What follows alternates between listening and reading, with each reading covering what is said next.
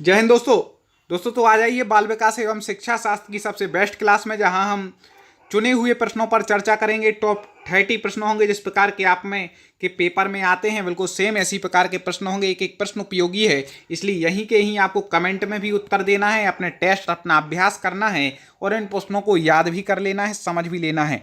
तो शुरुआत कर देते हैं। जब छात्र अध्यापक के द्वारा पूछे गए प्रश्नों का लिखित या मौखिक उत्तर देते हैं तो क्या होता है? जल्दी बता दीजिए कि जब छात्र अध्यापक के द्वारा कोई प्रश्न पूछा जाए तो उसका उत्तर लिखित या मौखिक देते हैं तो क्या? तो इससे छात्रों की कमजोरियों का पता चलता है, बिल्कुल पता चलता है। उन पर उत्तर देते क्या कमजोरियां, उन्हें क्या मतलब फील हो रहा है, वो दे पा रहे हैं उत्तर या नहीं दे पा रहे हैं। इससे उद्देश्य प्राप्ति करने में सहायता मिलती है, बिल्कुल। इससे अध्यापक की सभी कमियों का पता चलता है, बिल्कुल। ये सभी ठीक है ना। इससे अध्यापक को सारी कमियों का पता चल अध्यापक की नहीं, अध्यापक को होना चाहिए, सभी कमियों का पता चलता है। और देख लेते हैं दोस्तों आगे। अगला है, कुछ अध्यापक कक्षा में अनावश्यक व्याख्या करते हैं और वही बात बार बार दोहराते हैं, यह क्या है? दोस्तों जुड़ने के लिए कुछ नहीं करना है, चैनल को तुरंत सब्सक्राइब पर क्लिक कर लीजिए और डिस्क्रिप्शन में मैंने अपने ऐप की लिंक दी है, टेलीग्राम चैनल की दी है, जहां से आप पीडीएफ नोट्स प्राप्त कर सकते हैं। तो वहां भी आप जुड़ जाइएगा और बेल आइकन को दबा करके ऑल नोटिफिकेशन ऑन कर लेना, अभी तक ना किया हो इसलिए आपके पास नोटिफिकेशन नहीं आ पा रहा है। कुछ अध्यापक कक्षा में अनावश्यक व्याख्या करते हैं तो वही बात को बार बार दोहरा रहे हैं, तो इससे क्या हो रहा है? तो इससे आपको बता दें कि संप्रेषण सिद्धांतों को ना मानना, ठीक है ना। ये संप्रेषण सिद्धांतों के खिलाफ है, उसको नहीं मान रहे हैं। अब फटाक से हम आगे चलेंगे और कमेंट में उत्तर देने के लिए कम समय मिलेगा। कम समय ज़्यादा पढ़ाई हमारा पुराना लक्ष्य है। किसी सामूहिक लक्ष्य की प्राप्ति के लिए नेतृत्व का होना आवश्यक है। किसी सामूहिक लक्ष्य की यदि प्राप्ति करनी है तो नेतृत्व होना जरूरी है। ये सही है या गलत है? जल्दी बताइए। प्रायः कर ऐसा होता है, हाँ है, या फिर कह नहीं सकते या कदापि नहीं, ऐसा कुछ क्या लग रहा है आपको? तो बिल्कुल हाँ, ये इसमें हाँ ही लगाना, ठीक है ना। नेता अपने समुदाय का होता है। क्या होता है नेता? अपने समुदाय का। अब पहले ही ऑप्शन पढ़ा के जल्दबाजी में शोषक नहीं लगा देना, ठीक है ना। हाँ, कौन होता है? तो आपको बता दें कि प्रतिनिधि होता है। नेता कौन कहलाता है? जो अपने समुदाय का प्रतिनिधि हो, तो ये हो जाएगा प्रतिनिधि। अच्छे नेता का महत्वपूर्ण कार्य है। क्या है अच्छे नेता का महत्वपूर्ण कार्य? अब कोई बोले सर आप राजनीति विज्ञान पढ़ा रहे या राजनीति पढ़ा रहे? राजनीति नहीं पढ़ा रहे। नेता मतलब यहाँ छात्र में जो प्रमुख उससे संबंधित है, शिक्षक भर्ती से संबंधित ऐसे प्रश्न ही आते हैं। रट्टू वाले आजकल वो कम देते हैं कि इस सिद्धांत के प्रतिपादक ये हैं, रट लिया और वैसे ही क्वेश्चन आ जाए, ऐसे ही सब कुछ नहीं होने वाला। तो अच्छे नेता का महत्वपूर्ण कार्य जल्दी से बता दीजिए। तो अच्छे नेता का महत्वपूर्ण कार्य है नीति निर्माण व योजना बनाकर प्रयास करना, ये अच्छे नेता का कार्य है। आगे है, महात्मा गांधी स्वतंत्रता संग्राम में जिस गण के कारण देश के नेता बने वह था, क्या था? जल्दी बता दीजिए। तो आपको बता दें कि वह क्या था, किस बल पर महात्मा गांधी बने? तो वह बने दृढ़ संकल्प शक्ति के आधार पर, ठीक है ना। दृढ़ संकल्प गुण होना चाहिए, यहाँ पर गण हो गया, गुण होना चाहिए, जिस गुण के कारण वो नेता बने। कई बार टाइपिंग मिस्टेक हो जाता है। विद्यार्थियों में नेतृत्व के गुणों का विकास इसलिए किया जाता है क्योंकि वे विद्यार्थी में नेतृत्व की क्या जरूरत है? क्या बड़े होकर उन्हें नेता ही बनाना है क्या? गुणों का विकास क्यों किया जा रहा है? क्या आप इसको सबसे प्रमुख कारण मानते हैं इन चार में से? तो इससे क्या होगा आपको बता दें कि इसलिए नेतृत्व के गुणों का विकास किया जाता है क्योंकि वह अपने व्यक्तित्व का विकास कर सकें। इससे व्यक्तित्व का विकास होता है, इसलिए। अब वेरी आईएमपी प्रश्न आ गया बाल विकास शिक्षा शास्त्र का, कई परीक्षाओं में पूछा गया है, ऐसा है इससे संबंधित। शिक्षकों द्वारा प्राइवेट ट्यूशन करने के संदर्भ में आपका विचार है कि शिक्षक क्या स्कूलें ही पढ़ाते हैं, प्राइवेट में ट्यूशन भी देते हैं, ठीक है ना। मतलब डबल इनकम चाहिए है, वहाँ से भी आए यहाँ से भी आए। तो इस पर आपका विचार क्या है? दोस्तों प्रश्न पसंद आ रहे हैं तो ईमानदारी से लाइक जरूर कर दीजिएगा तुरंत और कमेंट ही बताइएगा। तो पहला ऑप्शन यहाँ आपने दूसरा दो पढ़ लिए होंगे। तीसरा है प्राइवेट ट्यूशन पर रोक लगा देनी चाहिए, ऐसा करना चाहिए, या प्राइवेट ट्यूशन केवल विशेष परिस्थितियों में ही दी जाए, सबसे बेस्ट इन 4 में से जो ऑप्शन लग रहा है एक साथ देख लें। सबसे बेस्ट जो ऑप्शन है वह है प्राइवेट ट्यूशन केवल विशेष परिस्थितियों में। बैन भी नहीं लगा सकते, कई जगह परिस्थिति नहीं रहती, ऐसी ज़रूरत पड़ती तो वहाँ पर विशेष परिस्थितियों में दी जाए। बाकी स्कूल में ही इतने अच्छे से पढ़ा दो, उसको प्राइवेट ट्यूशन में ज़रूरत ना पड़े पढ़ने की। छात्रों में अनुशासनहीनता के निराकरण का श्रेष्ठ उपाय है। सबसे बड़ी जो समस्या होती है अध्यापन कराते समय वो है छात्र का अनुशासनहीन होना। अब अनुशासनहीनता है तो आप उसको निराकरण का सबसे अच्छा उपाय कौन सा मानते हैं इनमें से? इस टाइप के प्रश्न कम से कम आएंगे 15 से 20। बाकी कुछ कथन वाले, कुछ सिद्धांत वाले अन्य पूछे जाएंगे, ऐसे क्वेश्चन ज़्यादा पूछते हैं। तो आपको बता दें उसके लिए आपको क्या करना चाहिए। सबसे बेस्ट तरीका हो जाएगा कि छात्रों से सीधे संपर्क स्थापित कर अनुशासनहीनता के कारणों का मालूम करना कि ऐसा कर क्यों रहा है छात्र, इसके पीछे कारण क्या है। तब उस कारण का आप निराकरण करेंगे तो निश्चित ही वह अनुशासनहीनता से बचेगा। अब कथन वाले आ गए, क्योंकि हम तो मिक्स लाए हैं क्वेश्चन जैसे पेपर में आते हैं। बच्चों के लिए सबसे उत्तम शिक्षक वह है जो स्वयं बालक जैसा हो। कथन कई बार आ गया है, किसका है? आपने पहले पढ़ा हो तो सही उत्तर बता दीजिएगा कमेंट में। बच्चों के लिए सबसे उत्तम शिक्षक वह है जो स्वयं बालक जैसा हो। बिल्कुल। तो आपको बता दें यह कथन किनका है, तो यह है मैनकेन महोदय का। मैनकेन क्या कह रहे हैं? मैनकेन नाम भी वैसे ही हो, कह रहे शिक्षक स्वयं कैसा हो, बालक जैसा होना चाहिए। ठीक है ना दोस्तों। सारे सब्जेक्ट की तैयारी हम अपने यूट्यूब चैनल के माध्यम से करा रहे हैं। आप निश्चित रूप से जुड़ गए होंगे हमसे, हमें विश्वास है, और आगे भी आपकी तैयारी अब कराते रहेंगे। पिछले वीडियो ना देखे हो तो प्लेलिस्ट में जाना और आगे वीडियो के लिए बेल आइकन को दबा करके ऑल नोटिफिकेशन ऑन कर लेना सब्सक्राइब के साथ। अनौपचारिक शिक्षा किनके लिए है? Very very IMP। अनौपचारिक शिक्षा किसके लिए है? तो जो शिक्षा पूरी करने से पहले स्कूल छोड़ चुके हैं उनके लिए तो है ही। उन बच्चों के लिए जो स्कूल नहीं जा सकते, अनौपचारिक शिक्षा कहाँ पर दी जाती है? घर कैसा है? अनौपचारिक शिक्षा का साधन है, कई बार पूछ लिया जाता है। घर कैसा है? अनौपचारिक शिक्षा का साधन। विद्यालय कैसा है? औपचारिक शिक्षा का साधन। इसको भी याद रखना, ठीक है ना। उन बच्चों के लिए जो कहीं कोई काम कर रहे हो तो ये सभी इसका उत्तर ठीक हो जाएगा। एक प्रभावी संसूचक के रूप में आप सबसे पहले निम्न कदमों में से किस पर विचार करेंगे? ठीक है ना। एक प्रभावी संसूचक हैं आप, तो निम्न कदमों में किस पर सबसे पहले विचार करेंगे? क्या है सबसे ज़्यादा ज़रूरी? जल्दी बताएं। फटाक से कमेंट करना है, सही उत्तर कमेंट बॉक्स में उत्तर देने का प्रयास जरूर करना है। तो संसार के उद्देश्य निर्दिष्ट करना। कक्षा के भौतिक वातावरण को बेहतर बनाने के लिए निम्न में से किसे महत्व दिया जाना चाहिए? कक्षा का आपको भौतिक वातावरण, बाहरी वातावरण अच्छा बनाना है तो किस चीज़ को आप महत्व देंगे? जल्दी से बता दें, कमेंट कर दें। पहले दिया है वायु प्रदूषण पर नियंत्रण। वायु प्रदूषण पर आप नियंत्रण करेंगे। बिल्कुल करना पड़ेगा, नहीं तो हवा ही स्वच्छ नहीं मिलेगी, सांस लेने में दिक्कत हो या और कोई परेशानी होगी तो फिर बच्चे कैसे पढ़ पाएंगे। और एक और मेन बात दूसरा जो है ध्वनि प्रदूषण पर रोकथाम। यहाँ स्कूल में आप कक्षा पढ़ा रहे हो, बाजू में DJ चल रहा है, ठीक है ना, तो ध्वनि प्रदूषण हो रहा है, उससे रोक, और उनका मन भी नहीं लगेगा, बच्चों को आप स्पष्ट रूप से उन्हें बता भी नहीं पाएंगे। तो उपर्युक्त दोनों इसका उत्तर ठीक हो जाएगा। ज़्यादातर प्रश्न पूछे जाएंगे आपकी समझ के आधार पर, ठीक है ना, तो उसका याद रखना। कक्षा के शोरगुल को नियंत्रित रखने के लिए संप्रेषण की कौन सी पद्धति सबसे अच्छी है? वेरी वेरी IMP प्रश्न है कि कक्षा में शोरगुल तो होता ही है, देखो कितने ही आप कुछ कर लेना, शोरगुल होता है, ठीक है ना। अब उसको नियंत्रित रखने के लिए नियंत्रण तो करना पड़ेगा, तो संप्रेषण की कौन सी पद्धति अच्छी है? मान लो शोरगुल कर रहा है बच्चा, तो क्या कौन सी पद्धति अपनाएंगे जिससे कि वो शिक्षण में अपना मन लगाएं? तो सबसे अच्छी पद्धति आपको बता दें, बेस्ट पद्धति। हाँ, आप भी बता दीजिए, कमेंट करिए। पहले आपका देख लें भाई, आपके कितने दिमाग लगा रहे हैं, किस और पता चलेगा आपकी। हाँ बिल्कुल, शोरगुल की परवाह किए बिना शिक्षण आरंभ कर देना, बिल्कुल ऐसा ही करना है।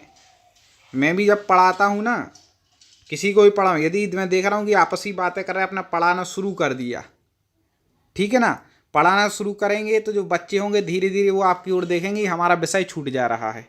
अब कोई अति कर रहा है तो बाद में उसको फिर समझा दो, लेकिन आप पढ़ाना चिल्लाते रहोगे चुप हो जाओ, तो यहाँ चुप होगा वहाँ बोलने लगेगा। इसमें टाइम वेस्ट नहीं करना, पढ़ाना शुरू करो, वो अपने आप वो कर देगा। तो ये समझ अपन को लानी है आंसर देने की। शिक्षा में प्रयोजनवाद की विचारधारा का प्रवर्तक कौन था? शिक्षा में प्रयोजनवाद की विचारधारा का प्रवर्तक कौन था, जल्दी बता दें। प्रयोजनवाद विचारधारा के प्रवर्तक,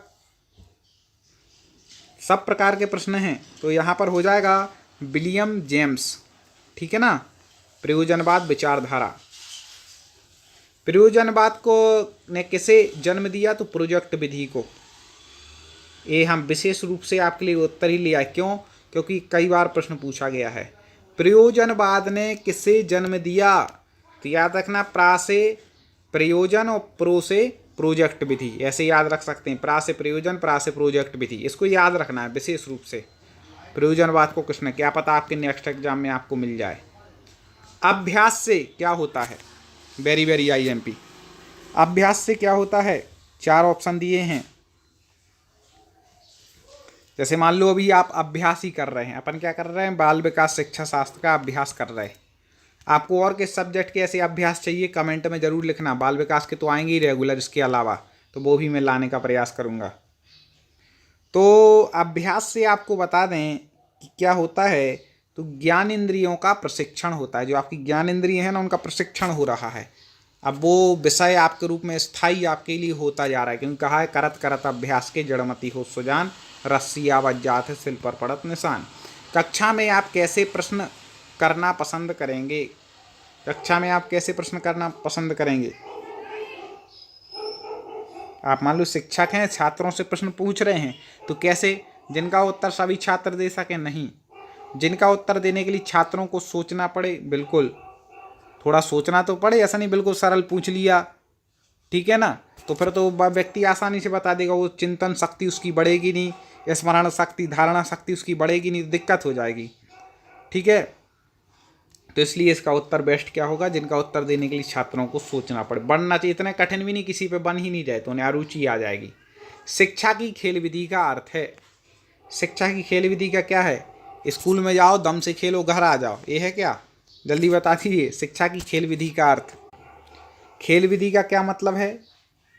तो शिक्षा की खेल विधि का मतलब है खेल क्रियाओं द्वारा शिक्षा, मतलब खेल खेल में शिक्षा देना, खेल की क्रियाओं में क्या देना? शिक्षा देना। यही क्या है? खेल विधि है।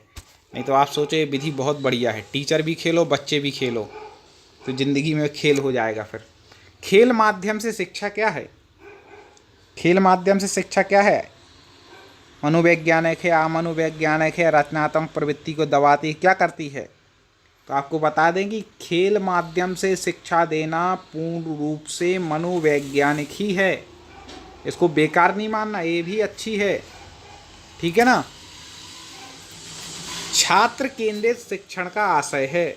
वेरी वेरी IMP प्रश्न। ईमानदारी से आपको लग रहे हैं अच्छे हैं प्रश्न, तुरंत लाइक कीजिए, कमेंटें ही बताइए, और जो बातें बोली हैं उनको भी कमेंट में लिखते जाइए, आगे शेयर जरूर कीजिए। इतना आप करते जाइए, बाकी तो हम आपके लिए लाते ही जाएंगे। तो छात्र केंद्रित शिक्षा का आपको बता दें कि आशय जो हो जाएगा वह हो जाएगा प्रत्येक छात्र की आवश्यकता का ध्यान रखना, ठीक है ना। एक एक छात्र की क्या आवश्यकता, उसको क्या परेशानी आ रही है, उनका ध्यान रखना, उनकी आवश्यकताओं का ध्यान रखना, ये छात्र केंद्रित शिक्षा। केवल अपनी स्वयं की आवश्यकताओं का ध्यान नहीं रखना है, छात्रों की भी रखना है, ठीक है ना। भाषा सीखने का प्रभावी उपाय है। भाषा सीखने का प्रभावी उपाय क्या है? जल्दी बता दीजिए। भाषा को सीखना है सबसे प्रभावी उपाय माना जाता है, जिस भाषा को आपको सीखना है उसमें वार्तालाप करना है, ठीक है ना। हमने संस्कृत से पढ़ाई की, संस्कृत में हमारे जो गुरुजी हमारे सर थे कॉलेज में, बोलते थे कि आप जितना ज़्यादा संस्कृत में बात करेंगे, वो हिंदी में बात ही नहीं करते थे। वो कहते थे हमसे आप संस्कृत में ही बात कीजिए, हिंदी में बोलोगे तो बात ही नहीं सुनेंगे।